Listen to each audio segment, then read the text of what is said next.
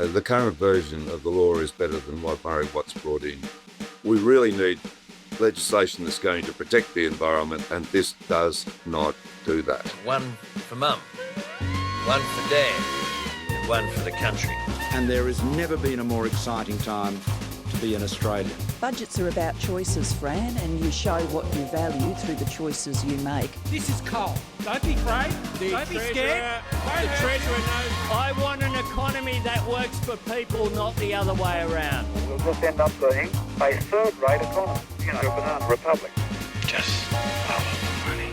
G'day, I'm Ebony Bennett, and welcome to Follow the Money, the Australia Institute's podcast that explains economics, politics, and policy in plain English. Defending Australia's incredible natural environment can sometimes feel like an impossible task. Bad policy making, corporate interests, and a hostile media environment make it seem like everything is just destined to get worse forever. But sometimes people power wins out. My government has decided to proceed immediately towards nomination of the wet tropics of northeast Queensland to the World Heritage List. It was a very happy mixture of good politics with what was right. It was good politics at the time, obviously, and I played it for all that it was worth. We're all fighting for the same thing, not just the Franklin River, but for a better world, and the world's in a hell of a mess. Bob Brown has dedicated his life to defending nature. I spoke to the environmental campaigner and former leader of the Australian Greens as part of our Australia's Biggest Book Club webinar series. In his latest book, Defiance, Stories from Nature and Its Defenders, Bob reflects on the people and places that have shaped him and shares what motivates him to keep fighting. We discussed the irreplaceable beauty of Australia's natural environment, some of the remarkable wins he's had over the course of his career, and his thoughts on the current federal government's efforts to change our nature laws. I started by asking him about his journey into activism. I was in Chicago in 1974. A friend went over there to University of Chicago, which in 1942 had the world's first nuclear chain reaction take place in a squash court underneath the university, and that led a couple of years later to Hiroshima and Nagasaki, and the horror of those nuclear explosions. But he was, I suppose it's an ill wind that blows no good. He was studying nuclear medicine and wanted to bring that the latest back to Australia. Anyway, I stayed there at the university. It was fantastic for a couple of weeks. And one morning, snowy November, snow all over the university quadrangle. Here was a group of students sitting at a table. I went over and asked them what they were doing. And I'd been reading about the Greek generals invading the Athens Polytechnic, sending in tanks, crushing dozens of students to death. Others were arrested for standing up against this right-wing coup in Greece and feeling hopeless about it. And these students said, oh, well, Henry Kissinger's coming, Secretary of State under Nixon, is coming to town tonight and we're going to protest outside the hotel. Will you join us? So what could I do? But there I was that night walking around in the snow with about 50 others having lots of photographs taken. I'm sure they're still wondering who that person over there was. Well, hi, FBI or CIA, it was me. And but it broke the ice. I joined a protest. I came away feeling good that I'd done something, even though it didn't get reported in the Chicago newspapers at the time, and with other good people. So it wasn't so difficult when I came back to Tasmania and found myself joining up with the Lake Pedder campaigners who failed to save one of the most beautiful lakes on the planet. We'll get that back, by the way. But and then into the Franklin campaign, Ebony. And I run into that so often these days, people saying, oh, I can't go out into the forest, but what else can I do? And of course I tell them. But I don't know of anybody who joined that Franklin campaign, and there were thousands, who hasn't said, I'm so glad I did that. Same as I don't know people going out to the Tarkina forest in Tasmania or the Styx forest in order to help protect swift parrot nesting sites even who get arrested, who don't say afterwards, I'm so glad I did that. I feel so much better as a human being having stood up for the biosphere on this planet, for nature, which gives us everything we are and of which we are a part. Yeah, I wanted to build on that, and I guess it's something we'll return to because it's a huge part of the book. But one of the chapters is called "Defying Bad Laws," and obviously, you yourself have spent some time in Risdon prison and been arrested a number of times. But you talk about Sally McManus saying that an essential part of democracy is the right for citizens not to support bad laws when she was elected as secretary of the ACTU. Yet nonetheless, we live in a country where there are laws that are established by a parliament that all citizens are expected to abide by. So regardless of whether you agree or disagree with those laws, you said that you believe in the rule of law. Yeah, I believe in the rule of law where the law's fair, when the law's right, but when it's unjust, I don't think there's a problem with breaking it. And what a massive backlash there was from the media and others to her talking about that. But I just wanted you to reflect on what kinds of laws are you talking about and what kinds of consequences have you and other defenders of Earth and other defiant activists faced as you defy those kinds of bad laws? Well, of course, there are bad laws, and there always have been. Christ shouldn't have turned up the businessman's table outside the temple. He paid for that, although we don't see that being advocated by those who now want to lock up environmentalists for peacefully protecting what's left of the environment. But Thoreau famously wrote his book on Walden Pond with an essay on civil disobedience back in the 1840s in America because he didn't want to pay taxes as America invaded and took over parts of Mexico. And Gandhi, the same, spent years in jail because he broke the laws which the British Empire, which Britain was imposing on the indentured people of India, the people who wanted their freedom, and so on. So it's not new. And I quote American presidents who have said when the law is wrong, you have a duty to stand up against it. But we all have to make our own decision on that. And it doesn't pass, it's passingly strange that the biggest attack on Sally McManus, when she said, if the law is wrong, you should not go along with it, was from the Murdoch media, who had just recently been so involved in illegally phone tapping people, including the royal family in Britain.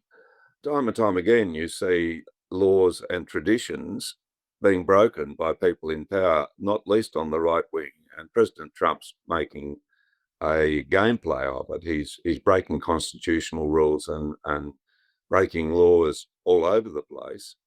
But it's then okay if they do it. But if somebody who's progressive breaks the law, then they want to come down and send us to jail for such a thing as standing up for nature and defending nature, because the laws are made by parliaments. And I'm a very strong defender of democracy, which, as Churchill said, is the best form of government, warts and all, that has so far been devised. But I go into this in some detail in the book, Ebony. The corporations these days are making the laws to suit them, and they get weak spine politicians to pass the laws.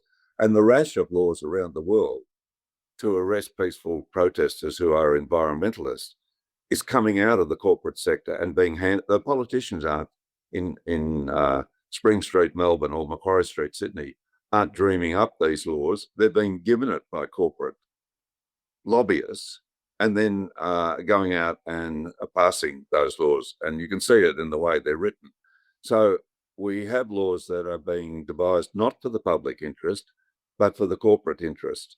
And why should we not stand up for the public interest, which is protecting nature, and particularly the interest of coming generations, that they should have what's left of nature as part of their experience in life on this brilliant little planet of ours, rather than everything going to destruction by the corporate extractors, by the people who want to make money out of continuing the plunder unnecessarily of what's left of the planetary natural resources.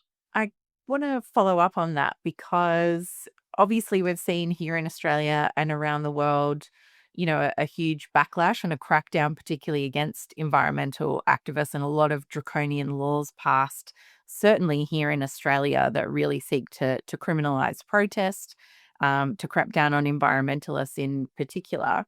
And I noticed in the photo section of this book, you've got some wonderful photos in there, absolutely exquisite photos of your place at Ura and in the Tasmanian Wilderness World Heritage Area. But you've also included some photos of injuries that you sustained at the Farmhouse Creek assault, as well as your arrest at a couple of other forest protests. Can you just tell us a little bit about your experiences with law enforcement over the years and what it's like to be arrested and, I guess, put your body on the line, to protect nature? Well, it can be very scary, of course. There's been a turn down in vigilante activities by, for example, the logging industry, because it realises it doesn't go well with the public. But that Farmhouse Creek raid involved us. I was with the Wilderness Society, but I was a member of Parliament at the time. We got a tip-off overnight. A woman rang anonymously and said, "You're going to be raided in the morning." And I've told all environment groups I'm involved with, if you get a middle of the night tip-off, take it seriously. We did. And 2 busloads of logging vigilantes were brought down by a logging company here in Tasmania. And while 40 police under instruction stood aside with their arms folded, these logging vigilantes beat up and assaulted the environmentalists, myself included, but one of many who were trying to stop the bulldozers crossing Farmhouse Creek into the giant forest on the other side. In what is now, because of that action, the Tasmanian Wilderness World Heritage Area. But those forests would have gone except for that action. And it took, with the police, and one policeman told me he was ashamed that they'd been ordered to stand back and allow the vigilantes to bash us up, basically. And it took Judy Mahon, one of my fellow protesters, took action in the civil courts. And one of the logging CEOs was convicted of assault because of that action. But the authorities didn't. And, that was clearly under political pressure. And we see that around the world. And you get to the other extreme. I do talk in the book about the fact that 200 environmentalists were murdered last year around the world. And time again, whether it's in Peru or the Philippines or Moscow, you see the report, the police are investigating the matter, when in fact they're doing nothing of the sort, because they know that there's corporate interests involved there who don't want environmentalists being seen to have been dealt with in a criminal fashion. But we have it easy in Australia, and that's why I like inviting people to take part in the forest actions. And I like saying to people, come down to Tarkina this summer, particularly if Murray Watt gives the go-ahead for a acid waste dump in that cathedral-like rainforest with its rare marked owls. Come on down, because the Tarkine forests are a most arresting place. And the other side of it is for people who can't do that, they can help fund what environmentalists are doing. And I had a wonderful woman in Hobart just a couple of weeks ago say, "Bob, I don't want to go out there and get arrested, but could I take a bowl of soup out to the people who are?" And I said, "Fantastic, they'd love it." So there was a little bit of innovation, but something that is going to help along the way. Yeah, absolutely. You kind of talked there about some of the violence that environmental activists face, but I wanted to talk about the powerful interests that in your life you've gone up against in various campaigns, which include plenty of really large corporations. So people might have heard of Adani or Guns, or indeed, as you were talking about before, News Corp.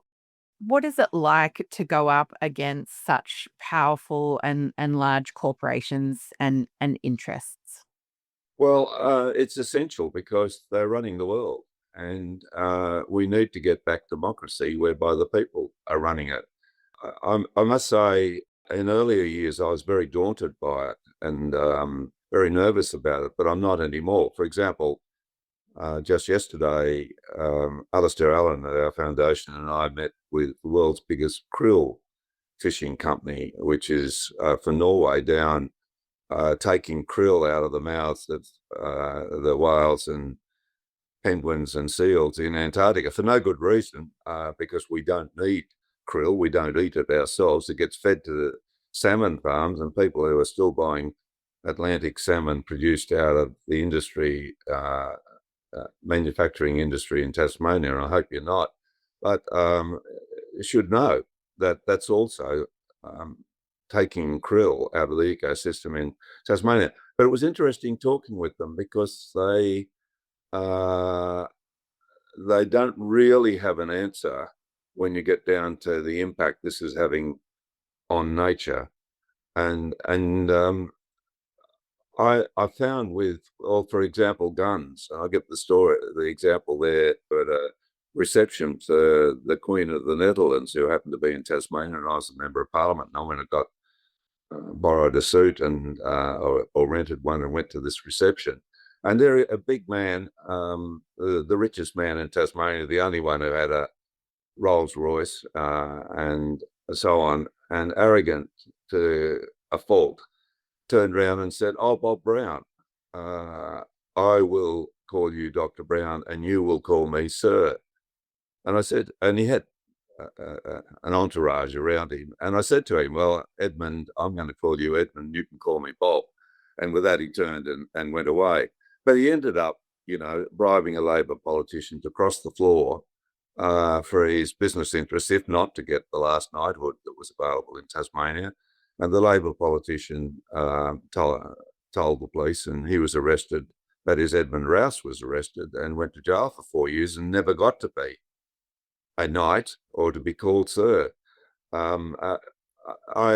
It's extraordinary how shallow the thinking of people who want to exploit the planet and how personalised for personal advantage is, and how lacking in an appreciation of the equality we all have. Basically, we're born the same and we leave this planet the same, and it's what we do in between that's so important, and sharing it and making sure it's better for those who come after us is critical to that, as well as for our fellow creatures.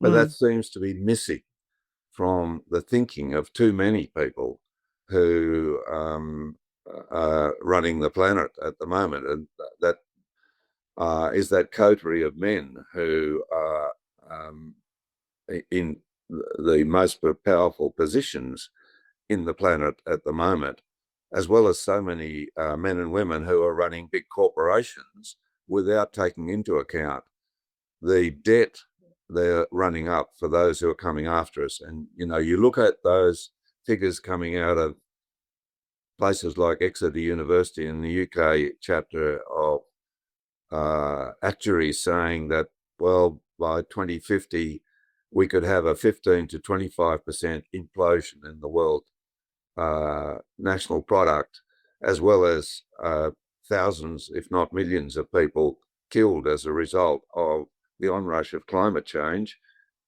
And it's just not factored in to the thinking of corporations or to those leaders who think that this is all going to keep going, that you can keep over-exploiting a finite system, and a world in which, because of that over-exploitation, Ebony, just in my lifetime, one single lifetime, 75% of Earth's wildlife has been destroyed, and the rate is increasing. We've just got to stop that and turn it around. I'm here with Bob Brown. We're discussing his latest book, Defiance. It's available in all good bookstores. But before I come back to some of the other environmental fights that you cover in this book, I really love the two chapters where you talk about your mum and your dad and the influence that they had on your life and what they made of your move to Tasmania and all the fights that you're involved in. They sounded very wonderful and supportive, but what did you take away from both their approaches to life in your life and activism? Well, thanks, Emily. It is great to talk about them. I must tell you that when Black Ink got my book and they reduced it, the editor was fantastic. I said, up to you. I'm not going to intervene. But you might take out the two chapters about my mother and father. They're a bit self-indulgent. And they let them in. And everybody says, as you just did, that's a good thing. Well, I'm very happy, we're all got our faults and shortcomings, but my mother was an environmentalist, and I think that's important to me when the word wasn't in our vocabulary.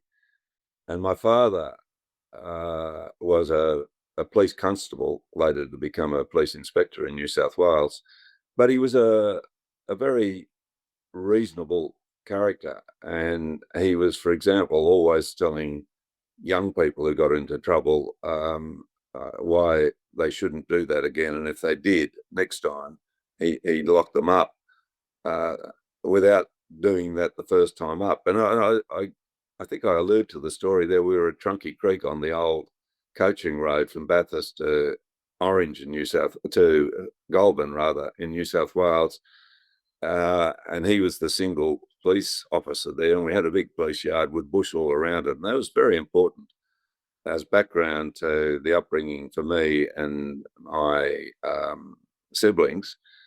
But he came home one day and said, oh, I've given a ticket to a man down the street, and we immediately knew something bad had happened. He didn't tell us what it was, but the man leant out of the car window and said, Constable, do you know who I am? And my father said, no. And he said, I'm the Bishop of Bathurst. And my father said, well, Bishop, it's great to know you. Here's your ticket. And he always said, don't think you're better than anybody else, but also don't tug your forelock. Don't back off to big wigs and the powerful and the high and mighty. Stand your ground. And that's echoed with me all the way down the line, because I was a very nervous youngster. And I had a regret in life. It was not having the self-confidence now, then when I was in my 20s, for example, that I have now. But I always encourage that in people. And I think it's very important that we don't see ourselves as greater or lesser mortals than others, but we have a right to stand our ground. To some breaking news for you now. The life of Australia's largest oil and gas project will be extended to 2070. In order to get that investment in renewables, you do need firming capacity, whether it be batteries, hydro, or gas. Certainly a lot of the gas that would be put through the North West Shelf in an extended lifetime of that facility would go overseas. That's why it was built. The government says it's done its due diligence, but critics say it could ruin some of the oldest art in the world. People look at the Mona Lisa as something really incredible. This is a Mona Lisa, but it's on a natural landscape. That's the canvas. This is the beauty of it. When you look at the rock art here, it's telling our story. This is our Bible, this is our cathedral, and this is who we are. You also mention in the book, and I want to raise it now because it's been an issue very recently, which is the petroglyphs at Murujuga. And you describe them as older than the pyramids, larger than the Louvre, and more resonant with nature than the Bible or the Quran. The Yabarara universe remains in plain sight in the form of the largest and most astonishing ray of rock art on Earth. Could you talk us through the recent decision, in your words, from the Environment Minister Murray Watt, giving Woodside the go-ahead for full speed ahead with what is essentially a carbon bomb in the form of Woodside's gas facility there? Well, Murray Watt is Albo's pick as Environmental Minister to do the corporate bidding. And We had a letter from him just a couple of weeks ago at our foundation, which now employs 30 environmentalists and is very active in the environmental field, saying that he doesn't have time to see us. But what he did have time to do was to go to Woodside, one of the biggest and most, in terms of nature, rapacious corporations on the planet, and speak with the CEO, then fly over and see the Minister of Mines in Western Australia, and then go to Murujuga, where Woodside wanted a license to continue processing and exporting gas to put as greenhouse gases into the atmosphere for the next 40 years through until 2070. This is very contentious, of course, because climate change, the global warming, is a massive threat to all life on this planet, the overarching human-made threat that we have at the moment. And there's Murray Watt refusing to speak to Raylene Cooper of Save Our Songlines, the Murujuga Aboriginal representative, concerned for that magnificent rock art site with 1 to 2 million rock art drawings, if you like, etchings, going back 40,000 years. It's an astonishing place where, for example, the mega kangaroos, 12 feet high, if you'll excuse my old measurements, we believe were spotted, because here they're extinct now, but here they are in the etchings with spots on them. And the oldest, arguably oldest representation of human beings, human faces on the planet, threatened by acid rain. And of course, it's not hard to get people who'll say, oh no, the threat's minimal, or it's going to be okay. Well, Murray Watt didn't speak to the Aboriginal representative opposing what Woodside's doing, overrode it, ticked off on Woodside, flew to Paris to overturn the concern the World Heritage authorities had about it, while she and Save Our Songlines were locked out all the way down the line. Now, he's the Minister for Indigenous Heritage and Natural Heritage, who refuses to speak, on the one hand, to the Aboriginal people defending Murujuga, and on the other hand, to us environmentalists here in Tasmania and concerned about forests and wildlife all over this country. But he's talking to the heads of CEOs. And you have to say, this is a very perverse outcome for a Minister for the Environment who won't speak to key parts of his own constituency, but is in there with the environmental plunderers.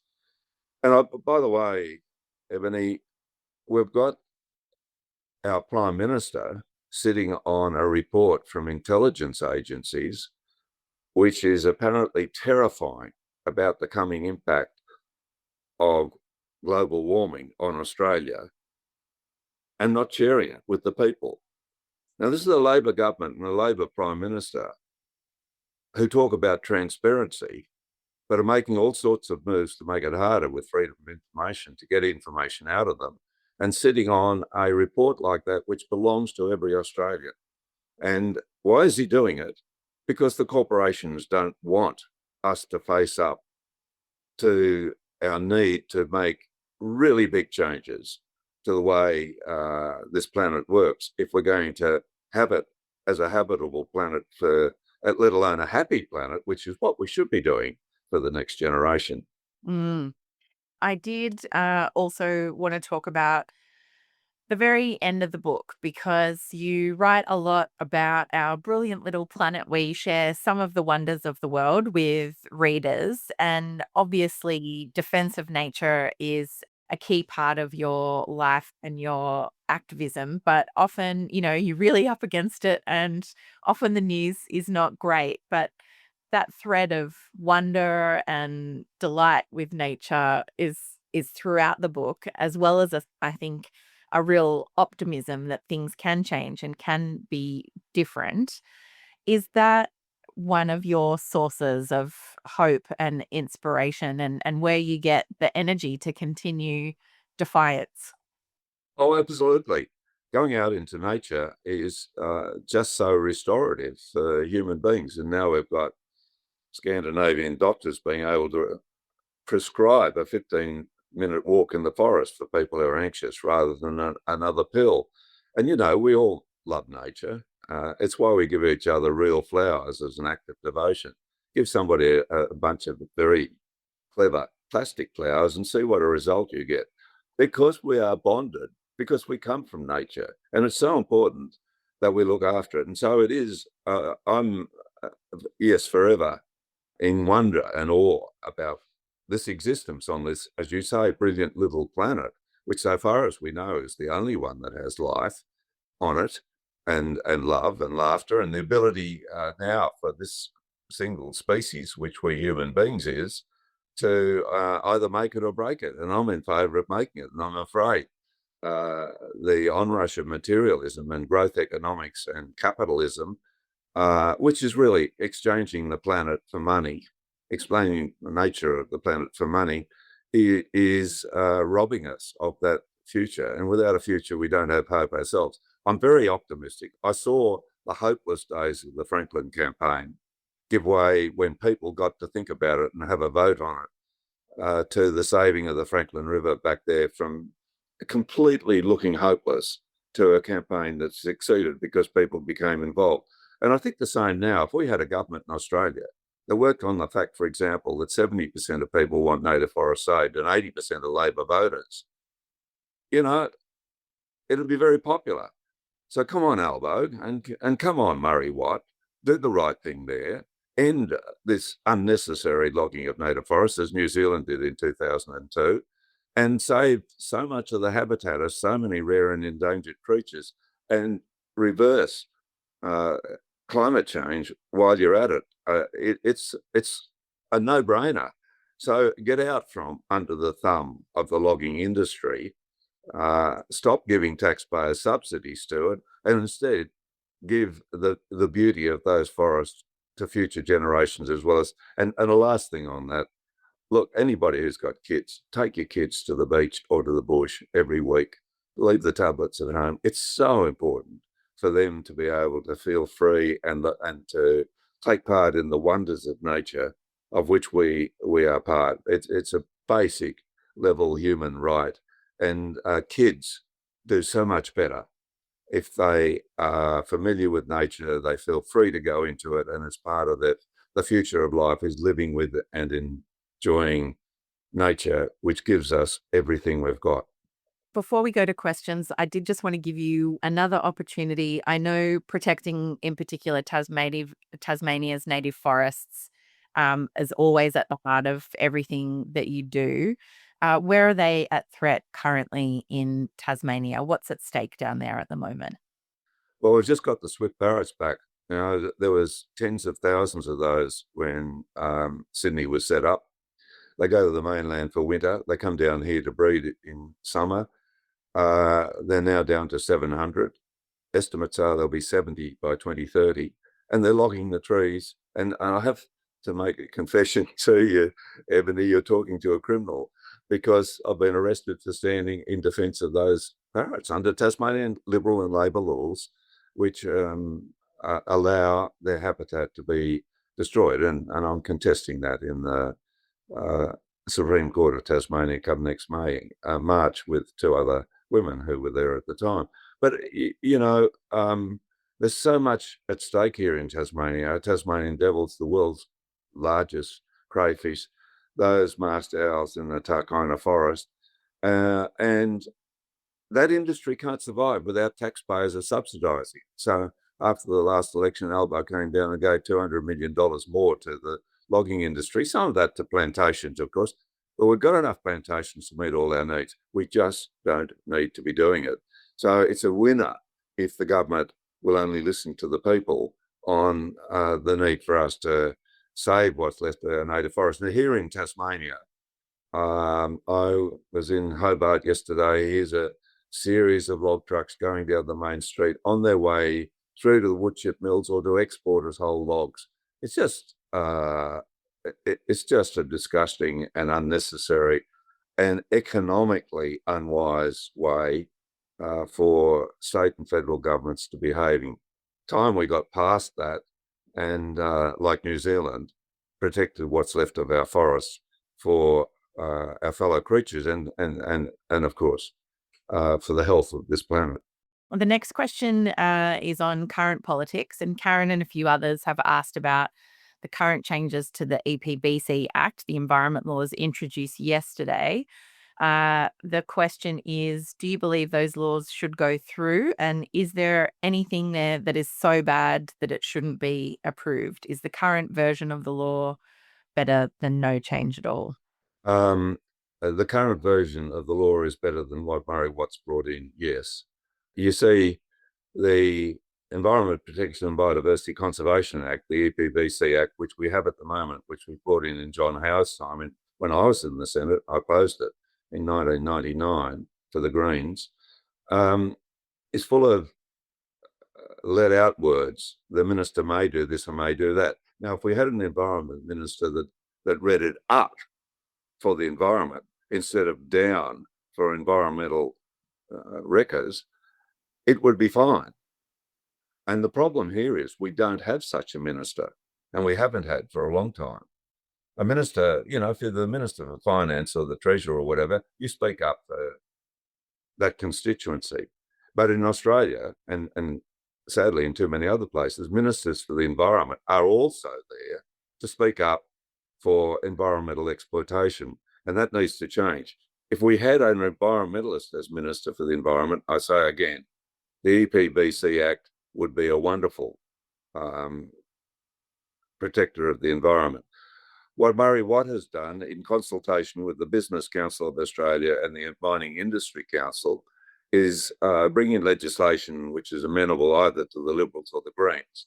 But I noticed that Sarah Hanson-Young and Larissa Waters, the Greens, have been pointing out that it is effectively hopeless as it stands. It does give ministerial override, for example, on major projects, which means that if there's a big contention between a new industry and vital environmental or Indigenous heritage in Australia, the minister can override it. The corporations want that because they manipulate ministers, and the public gets locked out at that stage. And Murray Watt's already been to seek an agreement with the worst performing environmental state government in Australia, that's West Australia, as he hands back powers that the Commonwealth should be levying to the states. And he's made the first agreement with the worst state as he hopes to move across and devolve environmental powers to the states, whereas the big corporations want that because they can pick off state governments more readily. There's so much and there's no provision for ending native forest logging in there. We're moving towards it, he says. No, they're not. It's not there, and so on. So no, we really need legislation that's going to protect the environment, and this does not do that. That's where we'll leave my discussion with Bob Brown, which was recorded as part of our Australia's Biggest Book Club webinar series on Friday, the 31st of October. You can join Australia's Biggest Book Club and find out all about our monthly webinars. It's free to join, and the link is in the show notes. We've also just launched our new Vantage Point essay, Aiming Higher, Universities and Australia's Future by Western Sydney University Vice-Chancellor Professor George Williams, argues that Australian universities are not living up to their mission. In the essay, Professor Williams lays out why fixing Australia's universities matters, not just for our economy, but for our democracy.